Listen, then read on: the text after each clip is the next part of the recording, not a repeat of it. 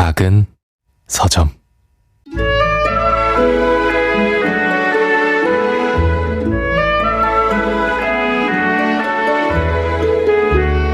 델러웨이 부인은 꽃을 직접 사러 가겠다고 말했다.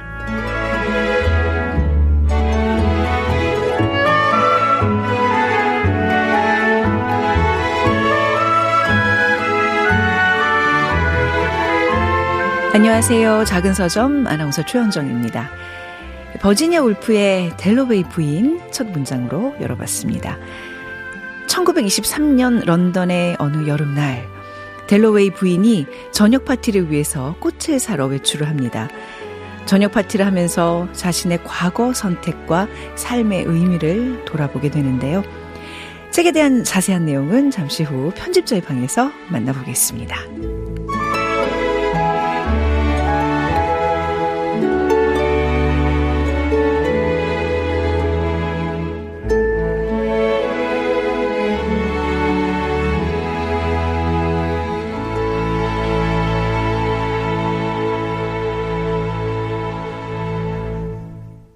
네, 이번 한 주 작은 서점에서 마련한 책 선물이 있습니다.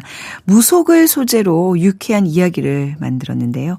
윤이나 장편소설 신이 떠나도 출판사 유유히에서 출간됐습니다.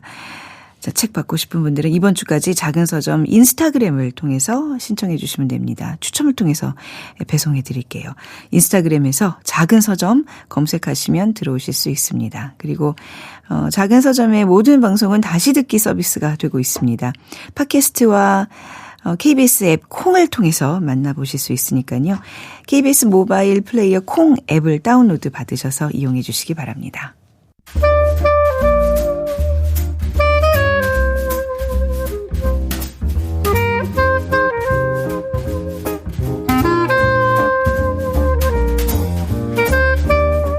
편집자들의 시대를 맞이합니다. 편집자의 방.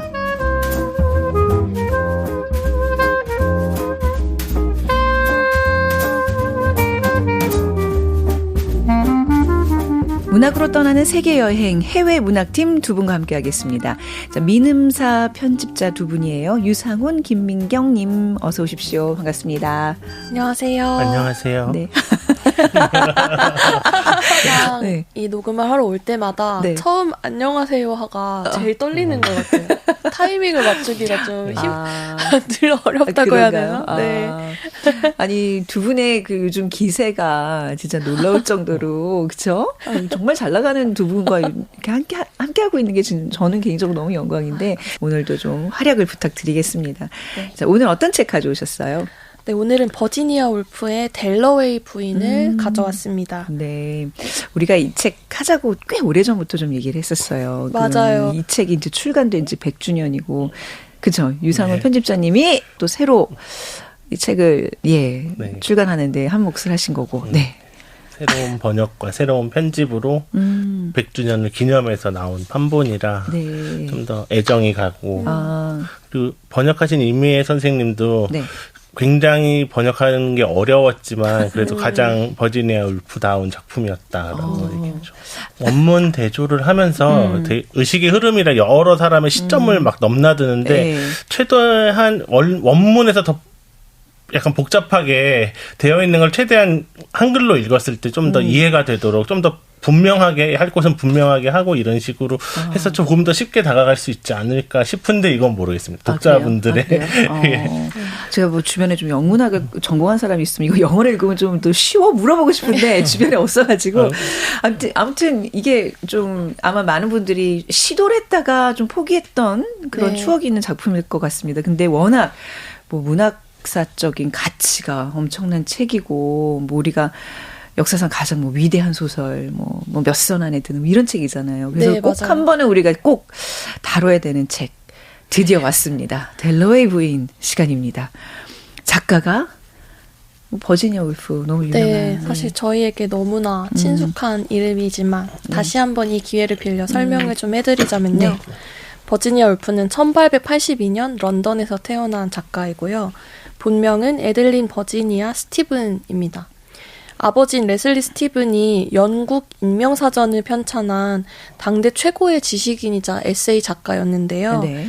그래서 막 경제적으로 상류층이었다고 할 수는 없겠지만 문화적으로는 굉장히 로열 패밀리였다고 할 수 있습니다. 그래서 헨리 제임스, 조지 엘리엇 등 당대 최고의 작가와 왕래를 했다고 해요. 네네. 그런 환경에서 울프는 자연스럽게 이제 아버지의 서재에서 어릴 적부터 책을 읽으면서 어린 시절을 보냈다고 알려져 있는데요. 일부러 아빠한테 인정을 받기 위해서 어려운 책을 집어서 들고 하는 등 어릴 때부터 지적 호기심을 자랑을 했다고 합니다. 그리고 울프의 오빠인 토비 스티븐이 케임브리지 대학에 입학한 후로는 같이 동문인 레너드 울프, 클라이브 벨, 그리고 경제학자 케인스랑 교류하면서 네. 블룸주버리 그룹이라는 걸 결성을 했는데요. 근데 버지니아 울프는 이제 여성에게 강요되던 당시 규범에 따라서 케임브리지에 들어가지는 못했지만 네. 가정교사의 도움을 받고 또 스스로 공부를 해서 이 블룸주버리 그룹과 대등하게 토론을 할 수 있었다고 합니다. 이 그룹 멤버 중에 한 명인 레너드 울프가 훗날 버지니아 울프의 남편이 되는데요. 네. 여성으로서도 그리고 작가로서도 굉장히 존중을 했기 때문에 부부가 같이 호가스 프레스라는 출판사를 운영하기도 했다고 합니다. 그리고 울프의 글쓰기를 굉장히 물심양면으로 지지하고 응원해준 것으로 유명하죠. 남편의 외조가 있었기 때문에 당시 여자 작가로서 또 성공을 할 수 있었던 거군요. 네, 맞습니다. 그래서 이제 저희에게 가장 유명한 작품으로는 자기만의 방이 그쵸, 네, 있겠는데요. 네. 그 중에서도 이제 유명한 구절이 있다면은 한 개인이 최소한의 행복과 자유를 누리려면 연간 500파운드의 고정 수입과 타인의 방해를 받지 않는 문을 닫고 잠글 수 있는 자기만의 방이 필요하다는 네. 결론을 내는데요. 여기서 이 500파운드가 얼마인지 좀 궁금하실 수 있을 것 네. 같아요. 지금으로 따지면은 약 25,000파운드, 한 4천만 원, 5천만 원 정도가 되는 적지 않은 돈이라고 적지 않은 합니다. 돈이네요. 아니 충분히 이해가 되네요. 그 그쵸. 정도의 돈은 있어야 네. 지적 활동을 할 수 있다. 그렇죠. 근데 돈만 있으면 되는 것이 아니고 네. 문을 닫고 잠글 수 있는 자기만의 공간이 있어야 된다. 부동산도 있어야 된다. 그럼요. 그 정도가 저에게 주어진다면 저도 네. 얼마나 위대한 많은 일들을 할 수 있을까요? 그래요? 하는 생각이 드네요. 네. 일하지 않고도 누가 나에게 그렇죠. 4천만 원씩. 그러니까 네. 어떤 지적인 자유는 어떤 그런 물리적인 여유가 있어야 그 따라올 수 있는 네. 그래서 동반될 수 있는 가치다 성공 기준이 될 수 있다. 근데 그 사실 이제 이 시대니까 더 그랬겠죠. 여성으로서의 맞습니다. 네, 이 당시에는 네. 여성이 대학을 입학하지 못하는 것은 당연했고 네. 남편의 돈이 아니면 사실 개인 계좌가 있지도 않았대요. 사유재산이 이제 허용되지 않는 네. 그리고 투표권도 없는 당시 이제 버지니아 울프가 살았던 시대를 살아가면서 이런 여성이 처한 사회적 불평등을 인식하고 우리가 글을 써서 돈을 벌고 경제적으로 자립을 해야 한다라는 말을 주장을 했다는 것은 지금까지도 유효한 메시지를 그때 던질 수 있었다는 것은 사실은 십자군 전쟁이나 장미 전쟁보다 여성에게는 이게 훨씬 더 중요한 사건이다라고 네네. 얘기를 하고 있습니다. 그러니까 이게 사실 그래서 이러한 어떤 자기만의 방 그 수필 덕분인가 이게 페미니즘으로 좀 분류가 되잖아요. 근데 네. 버지니아 울프는 그 페미니즘 이상의 어떤 작가로 우리가 평가를 해야 될 것 같아요. 그죠? 이런 네. 면도 있고 맞아요. 네네네. 그러니까 굉장히 그 스스로 여행도 많이 하고 특히 책을 많이 읽으라고 막 그런 명언들 굉장히 많잖아요. 그쵸. 1000권의 책을 읽어야 생각이 강물처럼 흐른다든지 이런 얘기들 했는데, 그러니까 이게 계속해서 책을 많이 읽고 뭔가 이렇게 경제적인 여유가 있어야 돼요. 이게 단순히 그 어떤 낭만의 문제가 아니라 여성으로서 생존하기 위한 그 조건들을 이렇게 제시했던 것 같아요. 네. 네, 근데 그런 생각을 가지고 있으면서도 네. 자기가 그렇게 손발이 묶여있다는 느낌을 받는 게 사실은 개인으로서는 좀 많이 힘들었을 얼마나 거라고 힘들었을까요? 생각이 되는데요. 이렇게 정말 급진적인 사고를 하는 여인인데 네. 당대 그 사회 구조는 그렇지 않았으니. 네, 그래서 저희가 지금 소개드릴 델러웨이 부인뿐만 아니라 등대로 올랜도, 네. 자기만의 방, 삼기니 같은 대표작들을 남겼고요. 유서를 남기고 1941년에 우주강으로 산책을 나갔다가 스스로 생을 마감하는데요. 정확한 이유는 밝혀지지 않았지만 어릴 적부터 시달리던 우울증, 환청, 정신 이상 발작에 대한 공포심 등으로 추정을 하고 있어요. 유서를 이제 여동생이랑 남편한테 남겼는데 내가 다시 미쳐가고 있는 것이 확실해요. 이 끔찍한 시간들을 다시 한번 되풀이할 수는 없어요. 이번에는 회복하지 못할 거예요. 목소리들이 들리기 시작하고 집중력을 잃었어요. 그래서 내가 생각할 수 있는 최선의 선택을 하고 있어요. 라고 이제 유서를 남겼는데요. 심신미약이어서 감당하기 힘든 선택을 했다라기보다는 끝까지 자기 존엄을 지키기 위한 선택을 하고 있지 않았나라고 다시 생각해 볼 수 있습니다. 이 버지니아 울프의 최후 지금 얘기를 들어보니까 지금 소설 속에서 나오는 또 한 인물의 삶과 굉장히 많이 겹쳐져서 맞아요. 이게 또 본인의 어떤 다른 그 내면을 다른 사람을 통해서 투영을 했구나 이런 생각이 좀 드네요. 다른 얘기지만 이때 진짜 산책 나가는 것처럼 늘 들고 다니던 나무 지팡이를 들고 이제 강에 갔다고 하는데요. 그 지팡이가 뉴욕 국립도서관에 보관되어 있어요. 그래요? 어디에? 뉴욕이에요? 네, 뉴욕 국립도서관에. 그래서 제가 작년에 거기를 갔다가 그거 보셨어요? 그 지팡이를 실물로 봤는데 우와. 저 기분이 이상하더라고요. 어떤 느낌이었어요, 진짜? 마지막 순간까지 버지니아 울프의 손에 있었던 그치요. 그 지팡이를 내가 내 눈으로 봤구나 하는 게 세상과 연결해줬던 그 생상을 디딜 수 있었던 유일한 매일매일 산책할 때 들고 매개였는데. 다니던 그 지팡이를 그래서 그런 거를 좀 울프에 대한 애정이 있으시고 관심이 있으시면은 그런 걸 찾아보시면은 개인의 생애도 굉장히 파란만장했기 때문에 저는 개인적으로 되게 뜻깊은 그렇네요. 경험이었어요. 버지니아 울프의 지팡이 그 자체가 뭐 소설이나 시의 어떤 제목이 될 수 있는 그런 소재가 된 것 같네요. 와. 자, 그래서 오늘 버지니아 울프의 여러 작품들 중에서 오늘 이제 그 중에 델러웨이 부인을 살펴보도록 하겠습니다. 이 소설을 어떤 점에 매력을 느끼신 거예요? 일단은 그 버지니아 울프의 전 작품을 봤을 때도 이 작품이 그 모더니스트 작가로서 나가는 어떤 의식의 흐름 기법을 아주 종합적으로 보여주는 가장 어떤 첫 번째 결실이 되는 작품이고 그런 모더니즘 문학 그다음에 의식의 흐름 기법을 사용하는 모든 어떤 후대 문학에도 많은 영향을 끼친 작품이기 때문에 그리고 우리가 모든 책들이 막 탄생 100주년 뭐 해가지고 이렇게 재조명하는 게 아니잖아요. 이건 뭔가 이렇게 문학사적 가치가 크기 때문에 이렇게 100주년이라는 타이틀이 어울리는 맞습니다. 거죠? 2015년에 이제 BBC에서 영국이 아닌 다른 나라 비평가들에게 최고의 영문학 소설을 꼽아달라는 설문을 진행을 했는데요. 그때 3위를 한 작품이 델러웨이 부인 그리고 2위가 역시 울프의 등대로라는 작품이었습니다. 그래서 여성 작가여서 아니면은 버지니아 울프의 작품이어서가 아니고 영문학사 전체로 봤을 때에도 고전 중에 고전이라고 할 수 있겠습니다. 이게 굉장히 특이하게 하루라는 굉장히 짧은 시간 속에서 그 안에 그 정말 그 잠시 어떤 그 사고에서 그 정말 삶의 어떤 본질, 인생의 가치, 이런 게 막 계속 나오는. 그래서 더 어려운 것 같아요. 자, 작품 속으로 좀 들어가 보겠습니다. 줄거리 요약이 가능할까요?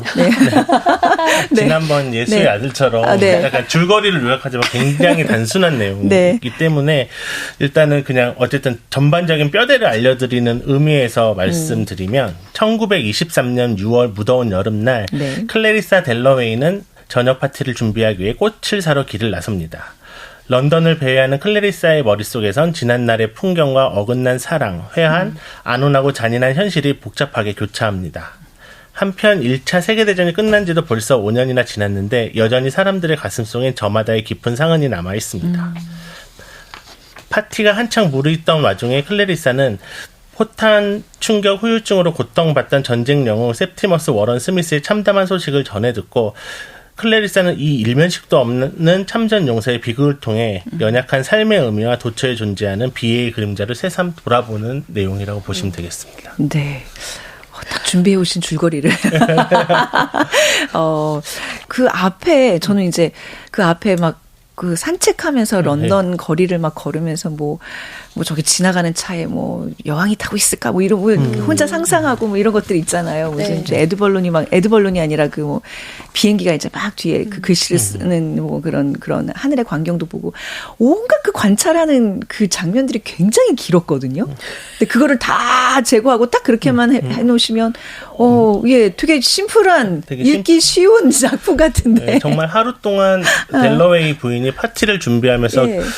길거리에 나갔다가 돌아와서 파티를 손님들을 보내면서 파티를 끝마치는 광경에서 끝이 나는 작품인데 네네. 그야말로 줄거리는 되게 단순하게 보이는 작품이기 때문에 네. 이렇게 요약하면은 많은 독자분들이 네. 아 그렇구나 하고 집어들 수도 있는 책인데 사실 지금 민경 편집자님도 그런 도저히 책이 아니죠. 편집자의 방을 하면서 네. 읽은 책 중에 저는 가장 어려웠다고 예수의 그래요? 아들보다 어려웠습니다. 예수의 아들은 가독성은 좋아요. 웃기잖아요. 그냥 뭐 이런 전개가 다 있어. 근데 이거는 무슨 얘기지? 전개가 어떻게 되고 있는 거지?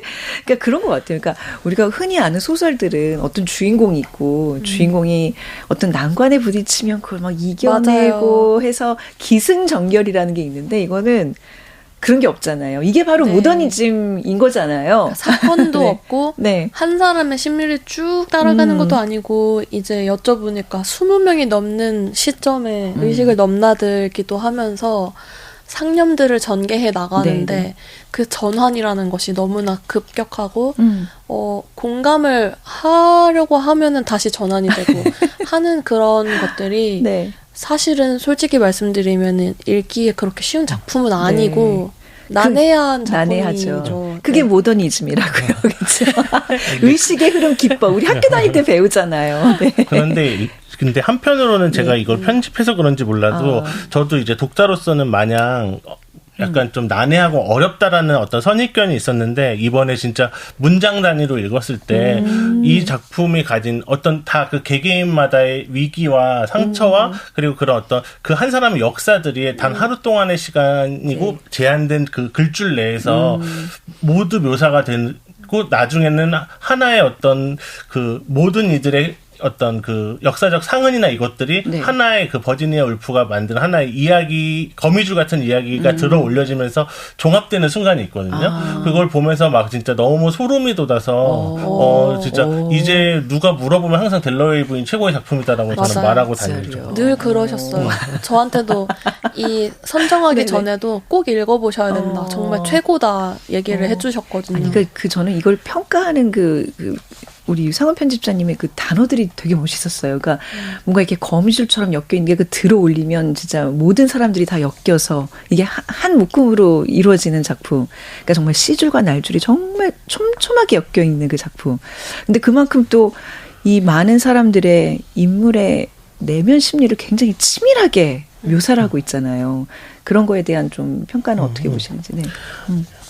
일단 이 작품을 읽기 전에 배경 지식으로 이때가 언제인지를 아는 것도 굉장히 중요하게 생각되거든요. 그래서 델러웨이 부인의 배경은 1차 세계대전과 스페인 독감의 여파가 사라진 1923년을 배경으로 하고 있습니다. 이런 유럽의 거대한 전쟁과 팬데믹 탓에 지난 베레포크의 안녕과 평화를 잊은 지 오래인 이 시점에 모든 삶이 이토록 연약하고 찰나에 불과할 수 있음을 통찰한 버지니아 울프의 시선을 미리 알고 접근한다면 델러웨이 부인을 좀 더 쉽게 접근할 수 있는 하나의 통로가 될 수 있을 것 같습니다. 그다음에 또 우리를 좌절하게 하는 또 다른 것 중 하나가 바로 의식의 흐름이 기법이라는 건데 네, 누구나 알지만 누구도 안 읽는 책들이 대부분 이걸로 쓰여졌어요. 아니 우리 학교 다닐 때 이상의 날개 뭐 이런 거 그게 바로 아주 대표적인 우리나라의 그 의식의 흐름 기법을 쓴 소설이라고 그리고 프루스트의 잃어버린 시간을 찾아서 네, 맞아요. 그 작품도 저한테 굉장히 아픔을 남겼는데요.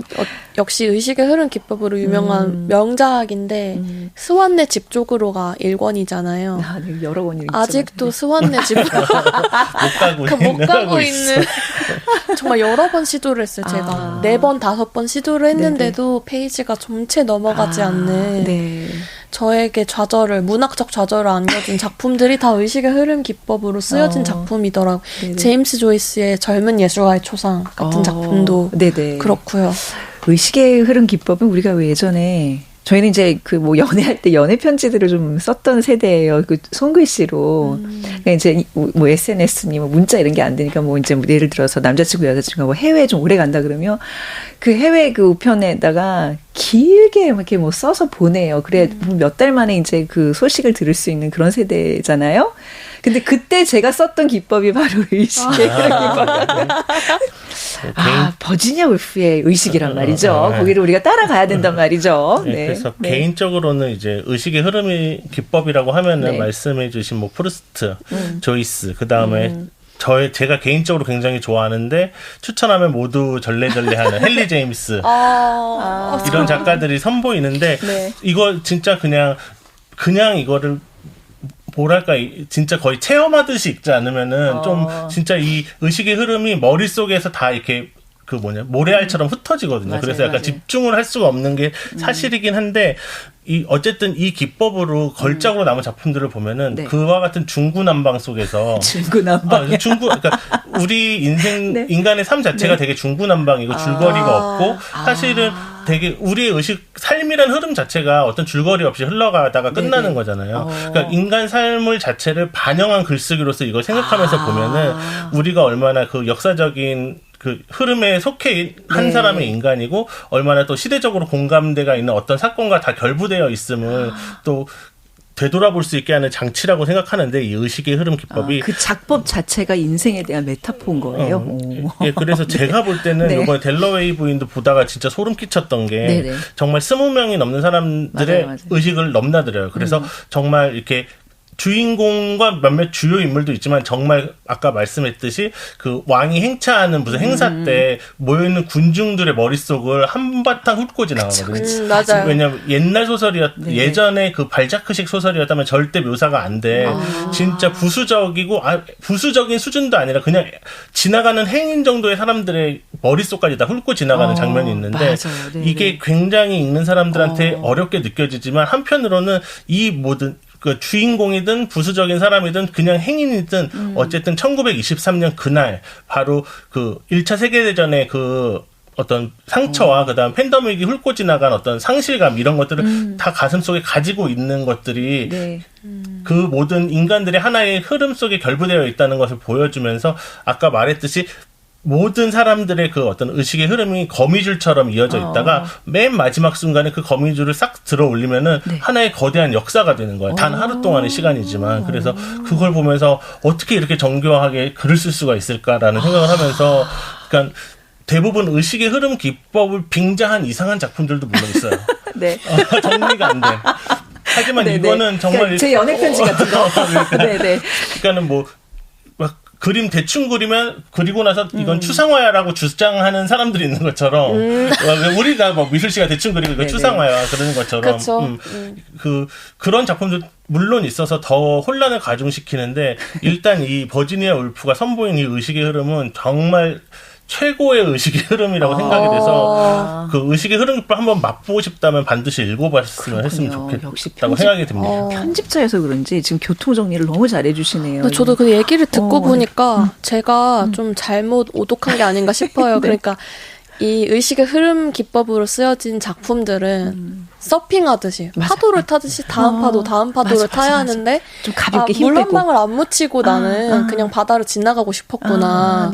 기존에 내가 유람선에 타 있던 대로 이런 생각이 지금 얘기를 들으면서 들었어요. 진짜 지금 표현이 막 그 주변 사람들의 머리를 한번 싹 훑고 간다는 거잖아요. 그건 그냥 훑고 가면 되는 거예요. 거기서 누가 무슨 생각을 했더라 다시 짚을 필요가 없는데 저도 좀 굉장히 한 줄 한 줄에 좀 집착하다 보니까 흐름을 놓쳐버리는 경험을 계속했거든요. 계속 앞으로 되감기를 하면서 이게 지금 누가 말하고 있는 거지? 뭐지? 어디에 와 있는 거지? 하면서 읽었는데 그렇게 읽으면 안 되는 작품이고 그리고 연애 편지 얘기하셨는데 저는 읽다가 또 든 생각이 아까 인생의 줄거리가 없다고 하셨잖아요. 저희가 머릿속으로 하는 상념들이 24시간 한 90% 이상은 의식의 흐름이잖아요. 저 말 그대로. 그러니까 기승전결이 있게 생각을 조리 있게 하는 사람은 없잖아요. 속마음 생각을. 그랬을 때 오히려 이거는 더 자연스러운 글쓰기일 수 있겠다. 정말로 인간을 보여줄 수 있는 인간을 그 자체로 보여줄 수 있는 글쓰기일 수 있겠다. 하지만 다소 낯설게 느껴지는 이유는 그 가공되지 않음 때문에 날 것으로 느껴지지만 한번 저도 그 진가를 체험해보고 싶다는 생각이 편집자님 말씀을 들으며 들었습니다. 델러웨이 부인을 소재로 해서 영화로도 델러웨이 부인이란 영화도 있고 또 디 아워스라는 영화도 그렇죠.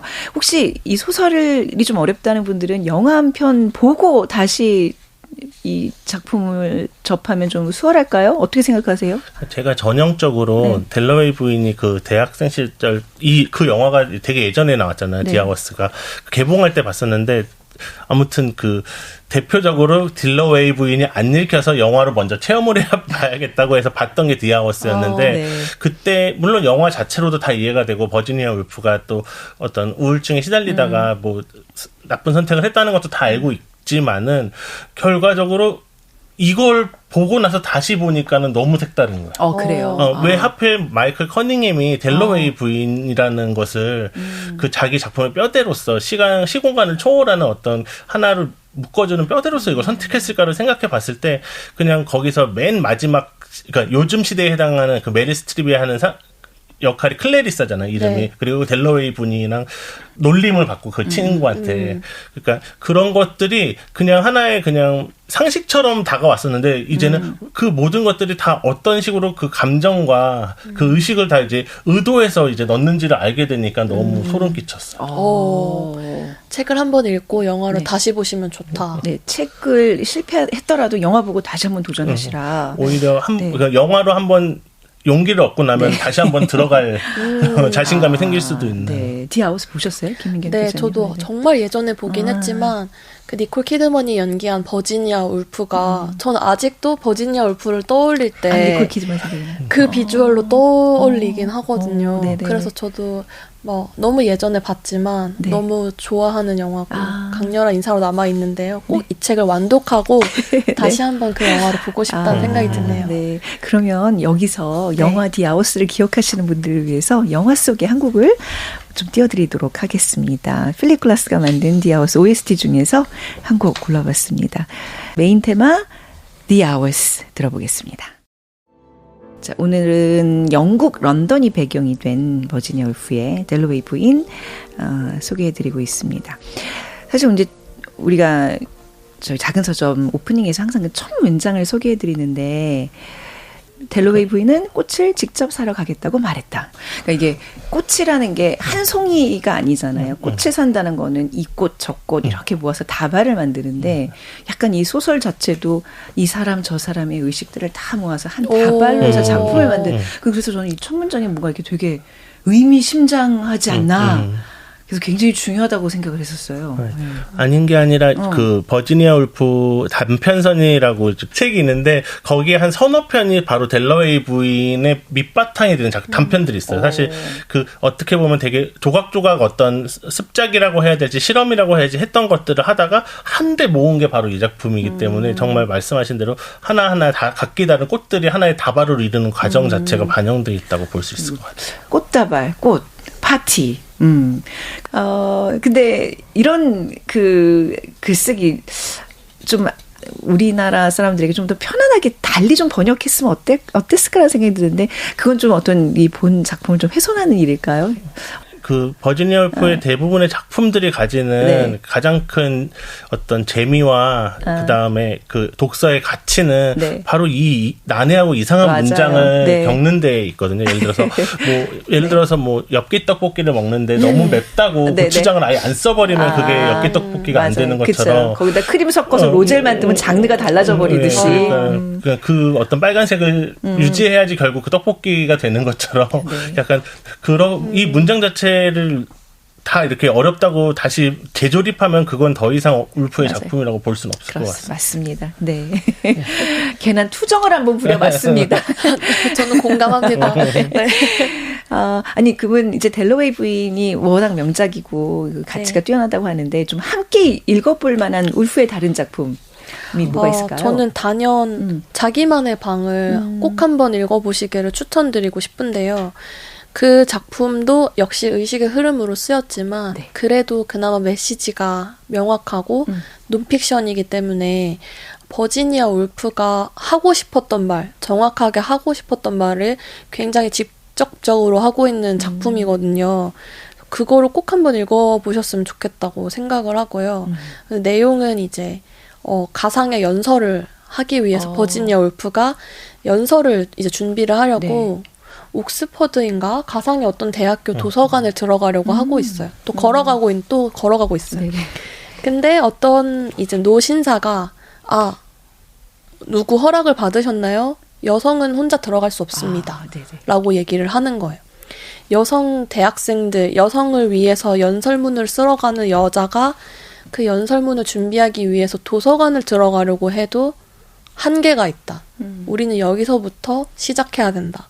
왜 우리는 여기에 들어가지 못하는가부터 시작을 해서 이제 여성이 글을 쓰기 위해서, 글을 읽기 위해서, 그래서 그걸로 더 나아가 자유를 얻기 위해서 우리는 어떻게 해야 하는지에 대해서 자신이 생각하는 바를 들려주는 내용인데요. 저는 읽을 때마다 정말 너무너무 감동을 많이 받고 여러분이 제가 읽으셨구나. 생각하기에는 비교적 늦게 쓰여진 작품, 그러니까 버지니아 울프의 작품 중에서 늦게 쓰여진 작품이지만 가장 친절한 작품이라고 생각하거든요. 삼기니나 뭐 올랜도, 등대로 같은 책들보다 다소 가독성이 더 높고 또 워낙 대표작이기 때문에 자기만의 방을 추천하고 싶습니다. 언제 우리 한번 해요. 그럼 너무 좋죠. 네네. 네. 혹시 어떤 작품 추천하시나요? 울프 작품 중에서. 네. 다른 작품. 오직 델러웨이. 아니, 그러니까 델러웨이가 사실 으뜸인 것 같긴 한데 저 개인적으로는 이해 못지 않은 게 아까 같이 이름을 올렸던 등대로란 작품이 버지니아 울프의 가장 자전적이면서도 자신의 어떤 예술적 성취가 반영되면서도 그것도 나중에 이제 과거의 얘기를 한참 진행하다가 제가 이제 예전에 이거 막 이름이 다 기억이 안 나는데 이게 시간을 갑자기 불쑥 건너뛰어서 뭔가 이제 한 번에 또 막 그 종합되는 느낌이 있어요.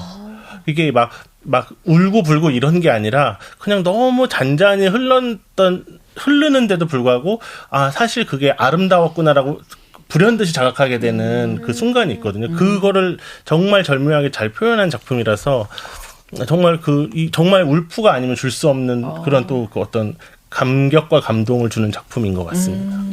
그래도 우리가 이 밤에 버지니아 울프를 이렇게 심층적으로 다룰 수 있는 거는 얼마나 귀한 시간이에요. 그죠? 다음에 진짜 자기만의 방 또 등대로 한번 또 접할 수 있는 기회가 있었으면 좋겠습니다. 네. 그러면 우리가 그렇게 어려워하는 그 의식의 흐름 중에서 그래도 좀 명문을 이렇게 좀 읽다 보면 이런 맛이 있구나. 또 좀 재미가 더해질 것 같거든요. 인상적이었던 장면 두 분께서 좀 낭독을 해 주실까요? 네.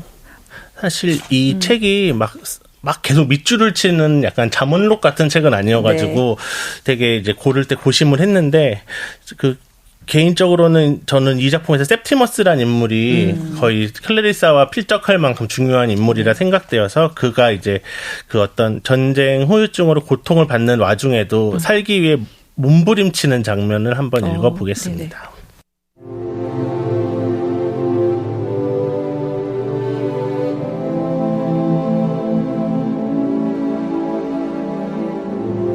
그가 바라보는 것 어디에서나 당장 아름다움이 솟아올랐다.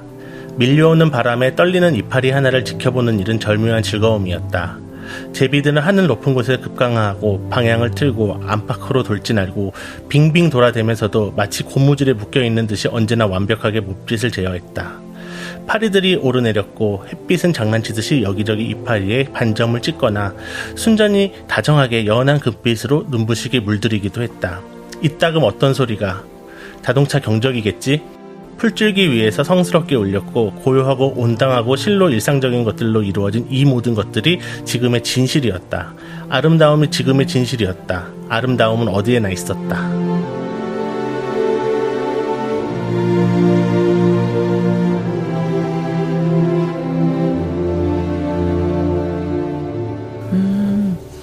이런 부분이 있었구나. 굉장히 정상적인 사고를 하는 굉장히 그 순수한 마음의 그 주인공인데 septimus는 결국 나중에 자살을 택하잖아요. 이제 정신과 의사가 그 정신병원으로 이제 보내려고 하니까 나는 진정한 자유를 찾겠어 하고 생을 마감하는데, 근데 여기서 약간 그 작가의 그 본인의 어떤 최후? 본인의 죽음을 약간 시사하지 않았나. 네. 넌지시 이렇게. 독서를 하다 보면은 약간 이제 사후적으로 예. 얘기하는 거긴 하지만은 거의 버지니아 울프의 유서 같다는 느낌이 드는 작품이에요. 굉장히 네. 그리고 되게 그 버지니아 울프가 우울증을 겪었을 때의 세계관도 많이 곳곳에서 나오거든요. 뭐 더 이상 아이를 낳지 마라 막 이런 것도 있어요. 왜냐하면 이 끔찍한 세상에 더 많은 고통을 퍼뜨리지 마라 뭐 이런 식으로 굉장히 어떤 염세적이면서도 네네. 그 전쟁을 겪었던 사람들의 그 고통이 그대로 전해지는 부분들이 있어서 결과적으로 시대를 향한 어떤 울부짖음이자 약간 유서 같다는 느낌을 지울 수 없는 작품이긴 합니다. 자, 그러면 우리 네. 김민경 편집자님의 제가 읽어드릴 네. 장면은 앞부분에 이제 파티를 막 준비를 하면서 거울을 바라보던 클레리사가 문득 하는 생각인데요. 네. 네, 읽어드리겠습니다.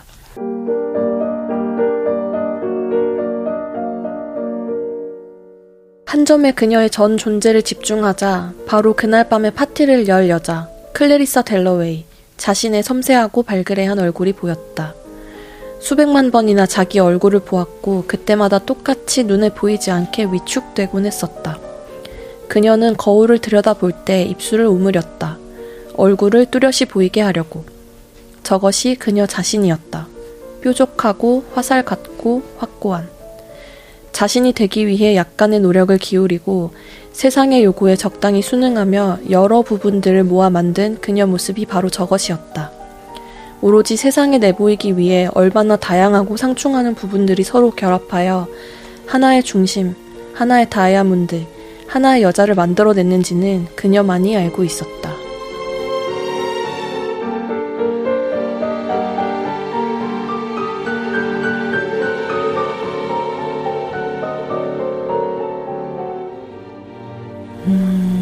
네.